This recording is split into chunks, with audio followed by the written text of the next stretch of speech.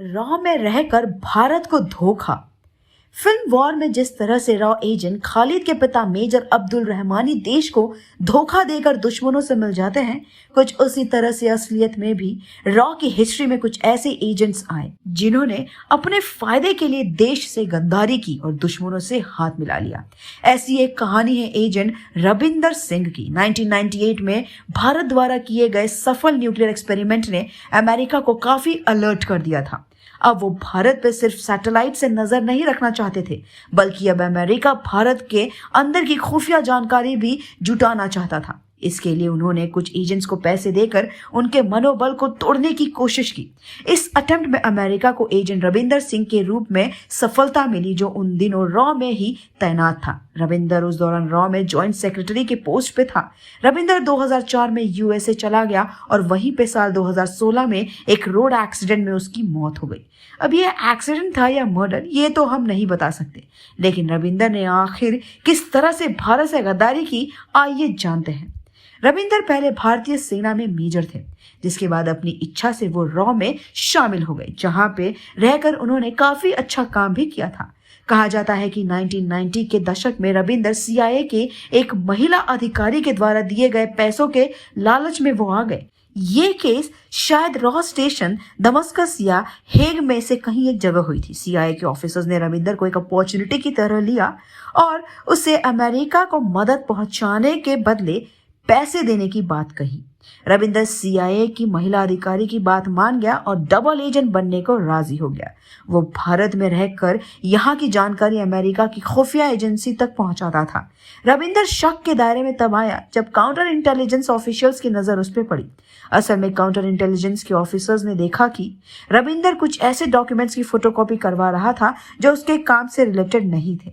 उसे ऑफिशियल्स द्वारा सर्वेलेंस पर लिया गया और उसके फोन को भी टैप किया गया, पर मई 2004 में वो अचानक गायब हो गया। इस केस पे रॉ के फॉर्मर सीनियर ऑफिसर ने 2018 में दिए अपने एक बयान में कहा कि इंटेलिजेंस ब्यूरो को जांचना सौंपने की रॉ की जिद ही उस पर भारी पड़ी। ऐसा माना गया है कि रविंदर नेपाल के रास्ते यूएसए भाग गया। रॉ ऑफिसर द्वारा लिखी गई एक बुक में ऐसा कहा गया कि रविंदर 7 मई 2004 को अपनी वाइफ के साथ भारत छोड़कर काठमांडू से अमेरिका भाग गया। रविंदर ने अमेरिका जाने के लिए फेक आइडेंटिटी का इस्तेमाल किया, जिसमें लिखा था mister and Mrs Rajpal Prasad Sharma. Kathmandu की रॉ यूनिट के पास रविंदर के फरार होने की खुफिया जानकारी और सबूत दोनों मौजूद थे, तभी उन्होंने सब जानते हुए भी कुछ नहीं किया। ऐसा दावा भी किया गया कि रॉ उन लोगों का वीजा और एम्बार्केशन कार्ड्स की कॉपी लेने में कामयाब रही। इस डॉक्यूमेंट के थ्रू पता चला कि सीआईए ने 7 अप्रैल 2004 को रविंदर के नाम यूएसए पासपोर्ट इश्यू करवाया था। इतना ही नहीं, रविंदर की वाइफ परमिंदर कौर को भी उसी दिन दीपा कुमार शर्मा के नाम से सीआईए द्वारा पासपोर्ट इश्यू करवाया गया। दोनों काठमांडू से 7 मई 2004 को ऑस्ट्रियन एयर फ्लाइट पे सवार हो गए। इन दोनों को असिस्ट करने के लिए खास सीआईए ऑपरेटिव डेविड एम वकाला था। 2007 में कोर्ट को दिए गए एक एफिडेविट में रॉ ने इस बात का खुलासा किया कि रविंदर को न्यू जर्सी में स्पॉट किया गया है। ये भी माना जाता है कि इस दौरान रविंदर ने अमेरिका में शरण के लिए सुरेंद्र जीत सिंह के नाम से आवेदन दिया था, जिसे ट्रायल कोर्ट ने पहले तो रिजेक्ट कर दिया था, लेकिन बाद में दोबारा से उस अपील को मंगवाया ताकि ट्रायल कोर्ट उस पर पुनर्विचार कर सके। लेकिन आज तक इस बात का कोई ऑफिशियल प्रूफ सामने नहीं आया जो ये बता सके कि सुरेंद्र जीत सिंह रविंदर सिंह का ही उपनाम है। इसके अलावा इस बात का भी कोई कंक्लूजन नहीं निकला कि रविंदर यूएसए या यूरोप गया था या नहीं। भारत सरकार के सोर्सेस का मानना है कि रविंदर यूएसए के मैरीलैंड में एक रोड एक्सीडेंट में मारा गया। रविंदर यूएसए में एज ए रेफ्यूजी रह रहा था। जब से सीआईए ने उसे पैसे देना बंद कर दिया, तब से उसे पैसों की तंगी हो गई थी। रविंदर इसके बाद से कहीं का नहीं रहा, क्योंकि सीआईए ने उससे फायदा उठा लेने के बाद उसे उसके हाल पे ही छोड़ दिया।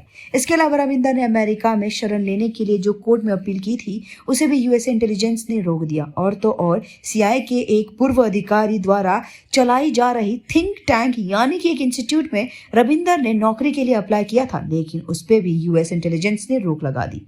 रविंदर को जब अमेरिका में अपने जाल में फंसाया था, तब अमेरिका में बिल क्लिंटन की हुकूमत थी। बिल क्लिंटन का राज फिर भी भारत के लिए उतना चैलेंजिंग नहीं था जितना कि बुश के राज में भारत ने अमेरिका का कड़ा रूप देखा था। बुश का ही दौर था जब रविंदर को अमेरिका की तरफ से पासपोर्ट का इंतजाम करवाया गया था। कई रॉ एजेंट्स ने अपने द्वारा लिखी गई बुक्स में कहा है कि रविंदर एक एवरेज रैंक के ऑफिसर थे। शुरुआत में उन्हें पाकिस्तान में चलाए जा रहे ट्रेनिंग कैंपस की जानकारी जुटाने की जिम्मेदारी दी गई थी। इसके बाद उन्हें वेस्ट एशिया और हॉलैंड में तैनात किया गया और उन्हें सिख की हरकतों पे नजर रखने को कहा गया। रविंदर ने जब CIA के लिए काम करना शुरू किया तो उसके बिहेवियर में अचानक आए बदलाव को देख इंटेलिजेंस ब्यूरो समझ गए। जांच करने के बाद पता चला कि रविंदर ने CIA के अपने एक हैंडलर को इंफॉर्मेशन पहुंचाने के लिए कई अलग अलग तरह के ईमेल्स का प्रयोग किया और करीब 600 ईमेल्स भेजे थे। रविंदर को पकड़ने के लिए रॉ द्वारा जबरदस्त तैयारी की गई थी। रविंदर को रंगे हाथों पकड़ने के लिए उसके ऑफिस में एक हिडन कैमरा लगा दिया गया। फोटोकॉपी की मशीन में भी एक बग लगा दिया ताकि जब भी रविंदर किसी भी पेपर की कॉपी निकाले उसकी एक कॉपी उस सिस्टम में ही स्टोर हो जाए। इसके अलावा उसकी कार में भी हिडन कैमरा और माइक लगा दिया गया था। साथ ही उसके घर में भी एक हिडन कैमरा लगा दिया गया था।